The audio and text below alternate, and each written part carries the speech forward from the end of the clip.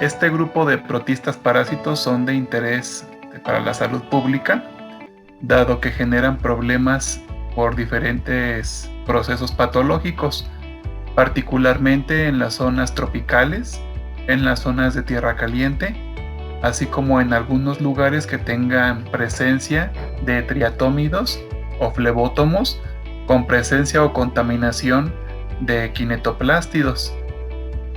Como vimos en el grupo de Euglenozoa, cuando revisamos las características diagnósticas, ecológicas y biológicas de euglenoideos, revisamos que dentro del grupo de Euglenozoa se encuentran también los kinetoplástidos. Vamos a revisar qué son, dónde viven, cuál es su hábitat, sus tipos morfológicos, tamaño, alimentación, características bioquímicas, ciclo de vida, caracteres taxonómicos, diversidad y sistemática.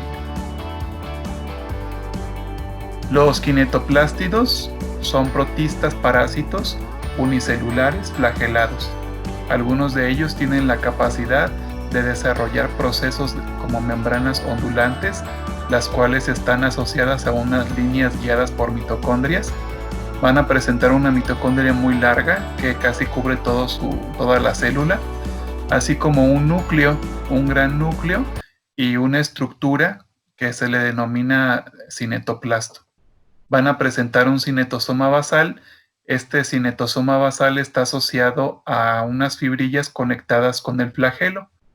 El flagelo saldría de esta porción hacia la parte de atrás y se liberaría en la parte posterior del organismo.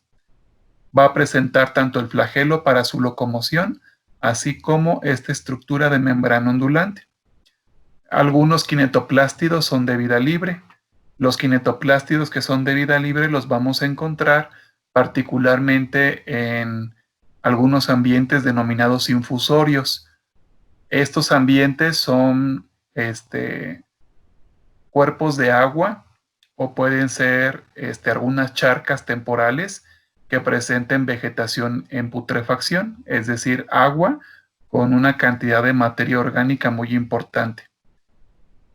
Los kinetoplástidos son un grupo de parásitos de importancia en la salud humana, ya que generan diferentes enfermedades como la tripanosomiasis o la leishmaniasis, o en este caso de la tripanosomiasis, la enfermedad del sueño. Y así también tendríamos algunos parásitos que están afectando a cultivos vegetales, como en el caso del género Phytomonas. Algunos van a ser parásitos de plantas y su distribución va a ser por medio de algunos insectos.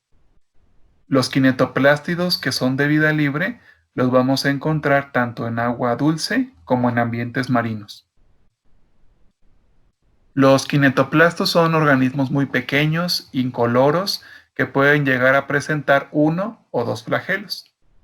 En el caso del cuerpo denominado cinetoplasto, que es una estructura que se va a encontrar en esta sección dependiendo del estadio del ciclo de vida, en organismos que son tripomastigotes los vamos a encontrar en la sección polar, y este cinetoplasto es ADN mitocondrial que forma una masa que está relacionada en este caso al flagelo. En algunos géneros, el cinetoplasto va a estar junto de algunos cinetosomas, que son cuerpos basales de los flagelos, así como de alguna red de moléculas de material genético entrelazadas. Los diplonémidos son un grupo que está asociado a los kinetoplástidos. Los diplonémidos van a ser otros protistas flagelados, la mayoría de ellos fagótrofos y de vida libre. Cuando hablamos del grupo de Euglenozoa, en el grupo de Euglenozoa donde están algunos excavados, encontramos a los euglenoideos, en este caso a los kinetoplástidos, así como a los diplonémidos. Algunos de los diplonémidos pueden ser parásitos facultativos y son muy frecuentes en los hábitats marinos.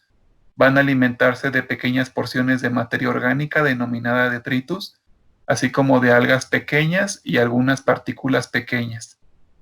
Hay algunas especies que viven en agua dulce, se tiene el registro de 2 especies. Como se observa en esta imagen, el género Diplonema es uno de los géneros más característicos de este grupo, Presenta una forma oval o de un saco y dos flagelos que se insertan en un saco o en una vesícula que se encuentra en la región subapical. El aparato alimenticio, en el caso de los diplonémidos, va a estar conectado con los flagelos, dado que los flagelos, aparte de apoyar a la locomoción de este grupo, generan corrientes de agua para poder atrapar su alimento. Van a presentar un aparato flagelar que es distintivo, en donde los flagelos van a estar insertados, como ya lo comentamos, en una pequeña vesícula o en un saco, y su característica es que están reforzados sus flagelos por varillas paraxonemales. Esta característica es compartida con los kinetoplástidos. Entonces, los organismos de kinetoplaste y los diplonémidos, ambos van a presentar sus flagelos protegidos por estas varillas, los cuales primordialmente serán un andamio proteínico que puede estar adyacente al axonema. Los kinetoplástidos, como ya lo hemos comentado, son la mayoría parásitos, pero algunos los vamos a encontrar también en vida libre, en ambientes acuáticos de agua dulce o marina, así como en el suelo. Los organismos parásitos van a ser responsables de diferentes patologías que se desarrollan en humanos y en algunos animales.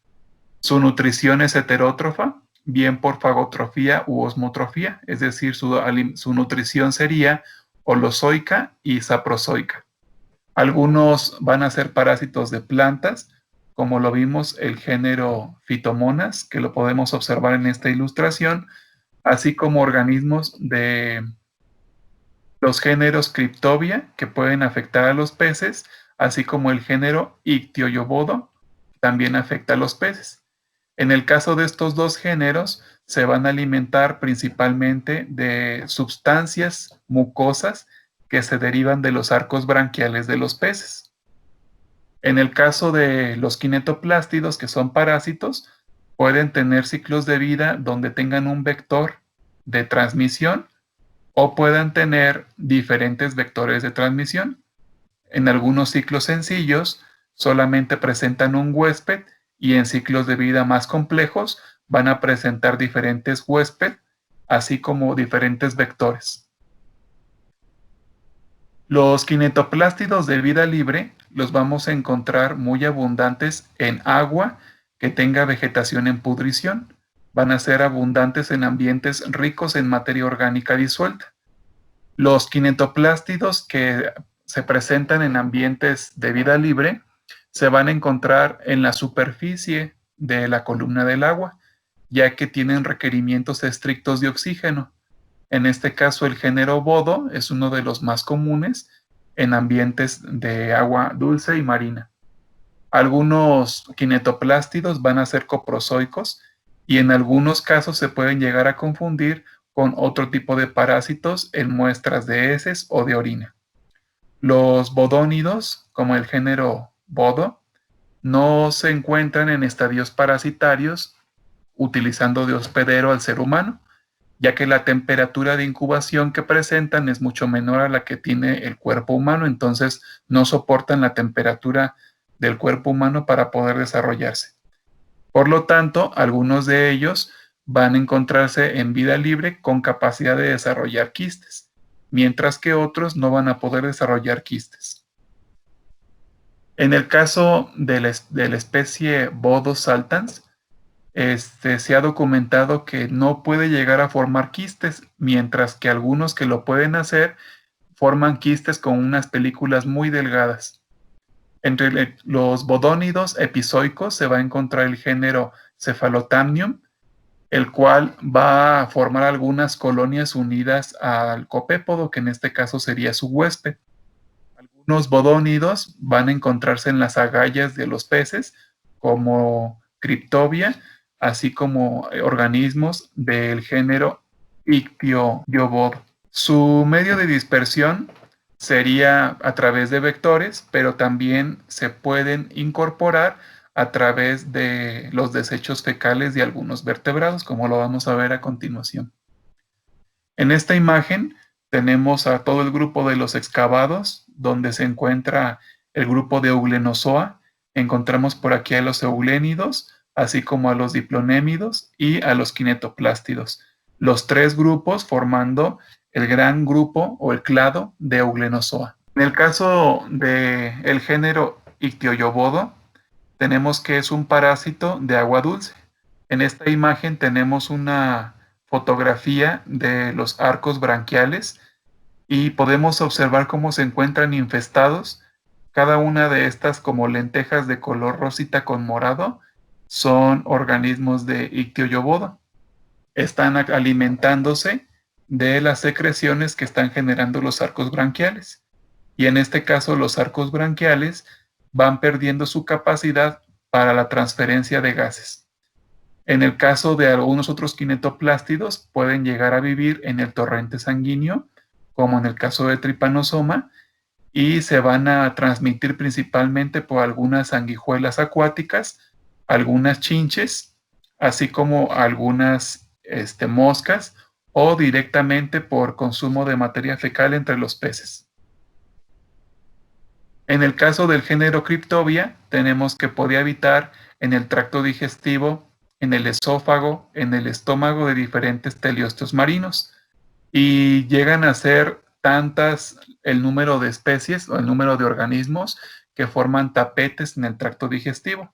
En el caso de la especie Cryptobia dendrocolei, tenemos que son comunes en organismos no vertebrados de agua dulce, como en el caso de las planarias, mientras que Cryptobia ibilans se va a encontrar en el tracto digestivo de los peces, de algunos cíclidos, y se puede llegar a extender a otros órganos como la vesícula biliar, el vaso, el ovario y el hígado. En este caso tendríamos que la parte común de infección sería la parte anterior del tracto digestivo. Así también se han reportado algunos aislamientos de criptobias de algunos reptiles, como en el caso de los geckos. La transmisión entre algunos organismos se presume que puede ser tanto por el consumo de heces fecales como por las interacciones que tienen los organismos en la cópula durante el proceso de cópula. En el caso de los kinetoplástidos de algunos artrópodos, se van a encontrar en el intestino, en el tracto digestivo, estadios larvarios o en adultos. Es muy poco probable que encontremos estadios adultos fuera del hospedero, ya que, como lo vamos a ver un poco más adelante, una vez que se defeca y se llega a defecar a algún adulto, muere. En el caso de Phytomonas, que es un parásito de plantas, así como el género Trypanosoma, pueden llegar a invadir a algunos hemípteros. Y entonces los hemípteros tienen al organismo dentro de ellos y los kinetoplástidos generan un tapón proteico, y cuando el hemíptero se acerca a un vegetal, entonces llega a escupir este tapón proteico, liberando a Phytomonas y Trypanosoma, y en este caso Phytomonas en las plantas, generando una vía de contagio. En el caso de Leishmania, que es un parásito del flujo sanguíneo y de tejidos, se puede transmitir por moscas una vez que llegan a picar algún hospedero. Los parásitos de la sección anterior del intestino van a secretar un gel proteico que va a bloquear la faringe, en el caso de la mosca también de arena, y eso hace que la mosca regurgite el tapón para poder alimentarse y entonces deposita al parásito. Las moscas, cuando se van a alimentar, cuando ustedes ven a una mosca que está sobre algún alimento o sobre materia fecal, la forma en cómo ella se alimenta es vomitando saliva con enzimas para que predigieran el alimento y después las vuelven a succionar. Entonces los parásitos, como en el caso de Leishmania, forma, al igual que Phytomonas, un tapón proteico en la mosca. Entonces la mosca, cuando intenta vomitar, cuando intenta regurgitar esta cantidad de saliva con enzimas, no lo puede hacer de forma adecuada, y entonces lo que hace es escupe un gránulo de proteínas, la cual está infestada de Leishmania, y entonces esta se queda sobre la piel del huésped. Y entonces en ese momento iniciaría el contagio siempre y cuando hubiera alguna incisión por la que el trofozoito pudiera desplazarse. Los parásitos los vamos a encontrar en diferentes hospederos, por ejemplo, en moscas, en chinches, en mosquitos, que van a ser sus vectores de transmisión, y en el caso de los hospederos, en diferentes vertebrados, incluyendo entre ellos a los humanos. Y en este caso, dentro del mosquito, serían procesos de reproducción asexual para generar trofozoitos de tipo amastigote. Y una vez que generamos estos amastigotes, tendríamos la incorporación hacia el huésped para después generar el estadio siguiente, que sería el trofozoito, ya el estadio adulto. En el caso con flagelos que son tripomastigotes.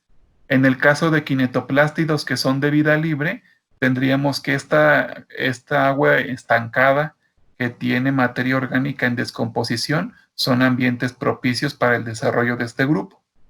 Y aunque tenga kinetoplástidos, estos no generarían un vector de contaminación, ya que no habría una zoonosis directa para vertebrados.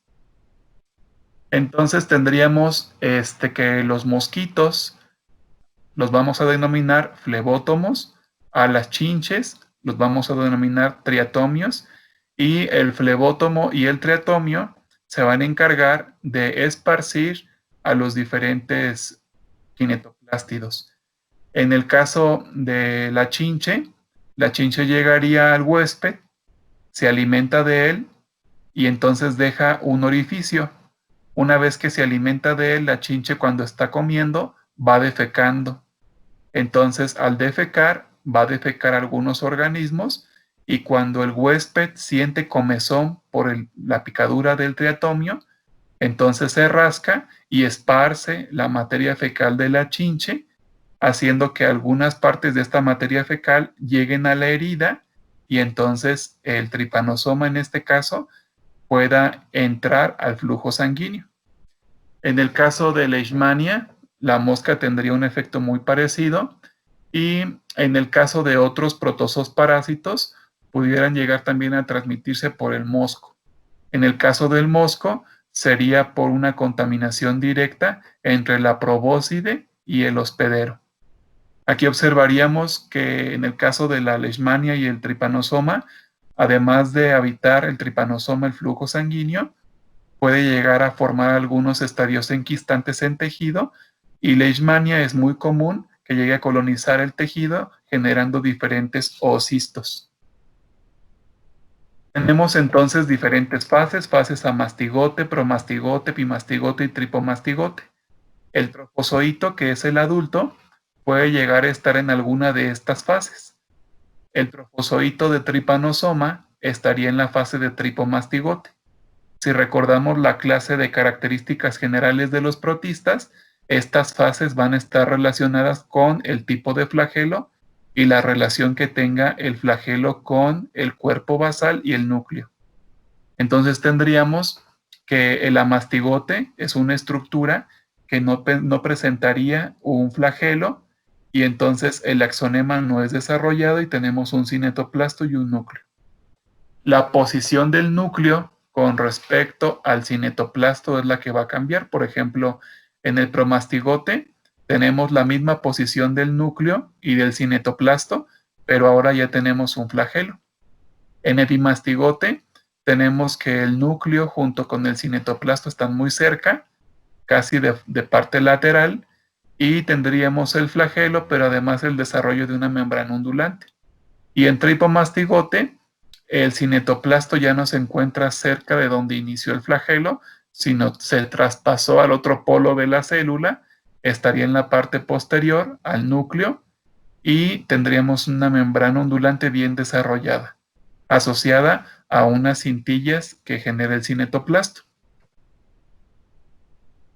El tamaño de estos organismos, hay algunos que pueden llegar a tener apenas unas micras de longitud, y hay otros que pueden ser un poco más grandes. Entonces, la mayoría de los kinetoplástidos van a tener tallas microscópicas, alcanzando tallas entre los 25, 35, 40 micrómetros, pero tenemos algunos que tienen tallas nanométricas. Con respecto a la alimentación, Los kinetoplástidos de vida libre, como los bodónidos, van a tener estrategias de alimentación heterótrofa por una nutrición holozoica, es decir, tienen estrategias para poder fagocitar. La mayoría de los kinetoplástidos de vida libre se van a poder alimentar de bacterias, mientras que otros se van a alimentar de pequeños organismos. Va a utilizar el flagelo anterior como un mecanismo de locomoción, pero también para impulsar las partículas y alimentos hacia una pequeña abertura, un citostoma muy pequeño, para poderse alimentar. En el caso de los protozoos, que son parásitos, se van a alimentar de las sustancias que presenten las células del epitelio. Y en el caso de las criptobias, se van a alimentar de pinocitosis. En el caso de las criptobias, algunos géneros que están asociados a parasitismo con peces. Hay también algunos kinetoplástidos que son simbiontes de algunas amibas, como Aramoeba, así como Neoparamoeba, los cuales causan enfermedades branquiales en los peces, particularmente en los salmónidos, que son cultivados en el mar. Los glucosomas serán unos orgánulos que van a presentar los kinetoplástidos, los cuales son unas estructuras o microcuerpos de sustancias de reserva que tienen la función de un peroxisoma. Se van a encontrar en los kinetoplástidos formando una matriz granular. La importancia que tienen los glucosomas dentro de los kinetoplástidos es que juegan un papel clave en su metabolismo, ya que los glucosomas van a presentar 7 enzimas primarias que permiten la vía glucolítica, es decir, la descomposición de azúcares involucradas en el metabolismo del glicerol. Tendríamos entonces entre estas enzimas a la quinasa, a la deshidrogenasa de glicerol 3-fosfato, así como a diferentes mecanismos metabólicos que permiten que la glucosa y el glicerol que la glucosa pueda ser transformada y que el glicerol pueda ser fabricado. En este caso, los glucosomas están relacionados con vesículas entre el retículo endoplasmático, así como unas vesículas que salen de la mitocondria, dado que los glucosomas que salen del retículo endoplasmático van a favorecer al metabolismo de azúcares relacionados con las mitocondrias. En cuanto al ciclo de vida, tenemos que la reproducción asexual es una de las más comunes. A diferencia de otros grupos, la reproducción asexual no inicia por el poro flagelar. En el caso de los adultos, como en este trofozoito que tiene un flagelo tripomastigote, aquí observamos el núcleo, el kinetoplasto, y observamos la membrana ondulante, y aquí observamos el flagelo. En este caso empezaría la división por el desarrollo de dos flagelos. Aquí tendríamos una abertura por la cual sale un flagelo, otra abertura por la que sale otro flagelo, y ese va a ser el punto inicial de reproducción. Después de que se dividen los flagelos o que se producen los flagelos, ahora prosigue la reproducción del núcleo. Y posteriormente, cuando ya el núcleo está dividido y los flagelos están presentes, la división no inicia por la inserción de los flagelos. La división de las células inicia en la parte posterior. Entonces tendríamos que en esta porción se empezaría a dividir el organismo para generar dos células nuevas, como se observa en esta lámina. En cuanto al ciclo de vida, tendríamos que el triatomio es la parte de contacto, la parte de vector para la diseminación de este tipo de protistas parásitos. El triatomio, que tiene algunos tripanosomas dentro de él, particularmente en estadio de amastigote, así como tripomastigote, llegan al huésped.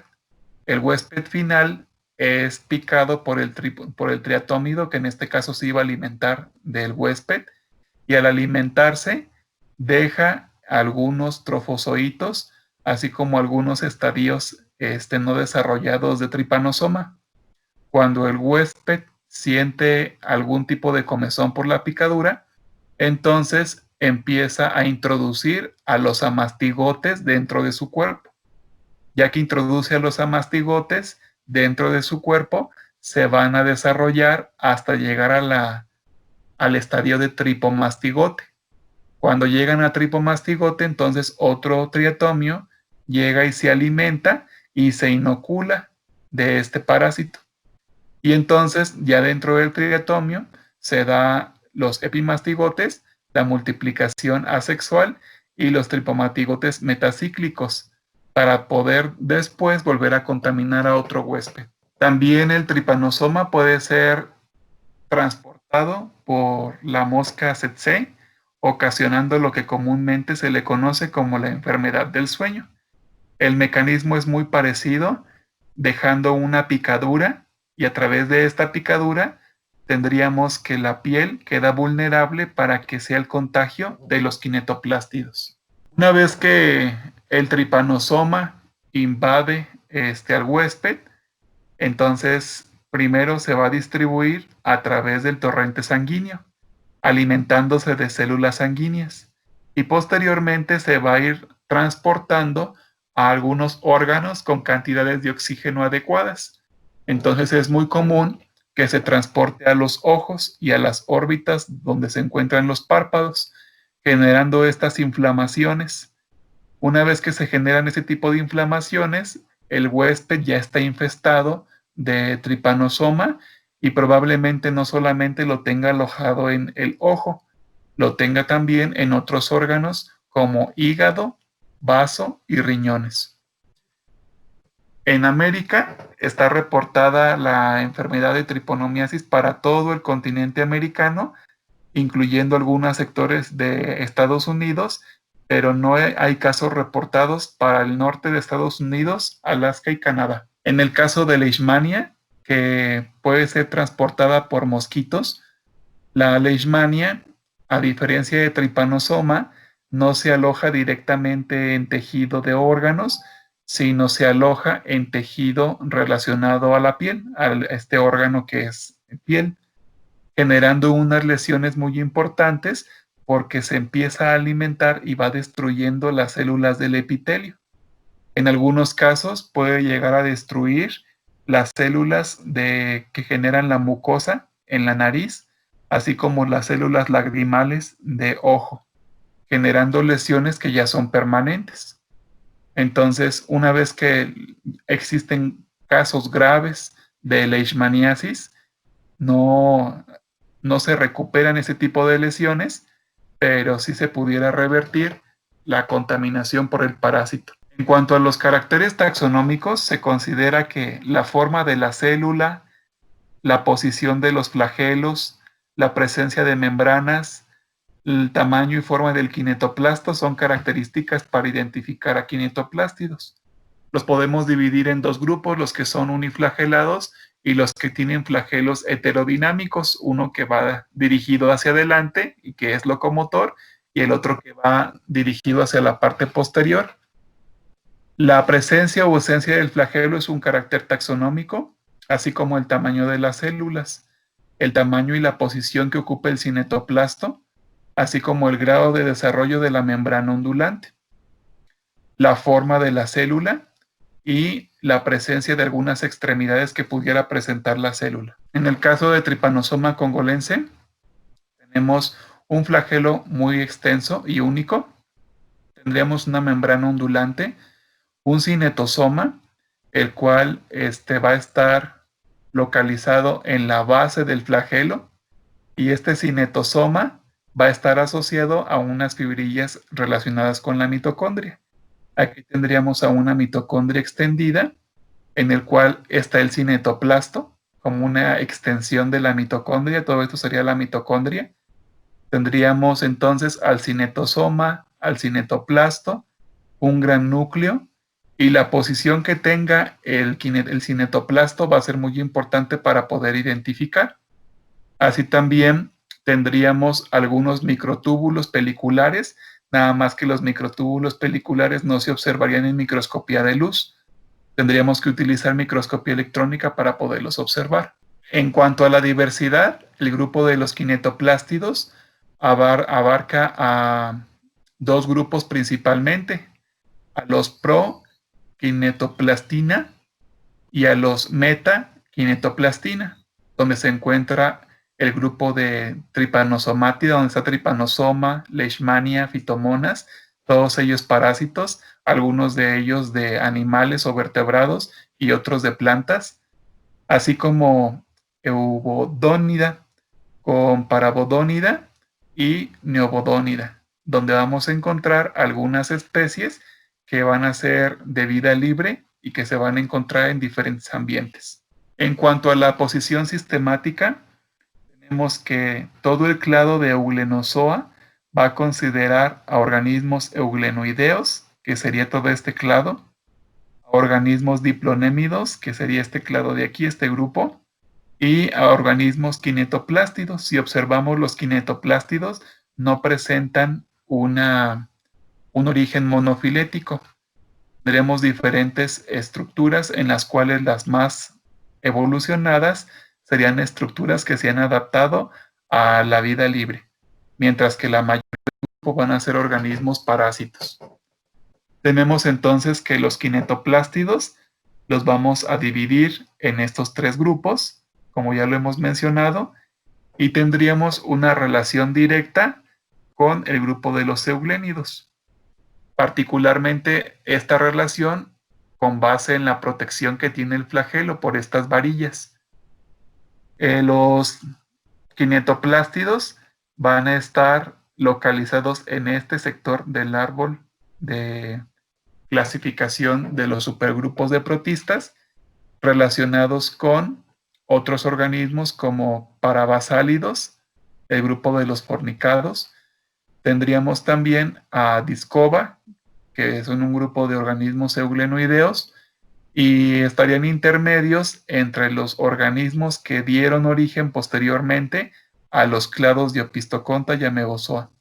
Aunque las relaciones no existen, es decir, que los excavados se encuentran completamente diferenciados de los ancestros que dieron origen a estos dos clados. Alguna literatura que podemos consultar sería el libro sobre los protistas, así como algunas relaciones sobre el complejo mitocondrial de los euglenoideos, en donde van a estar no solamente euglenoideos, sino también los kinetoplástidos.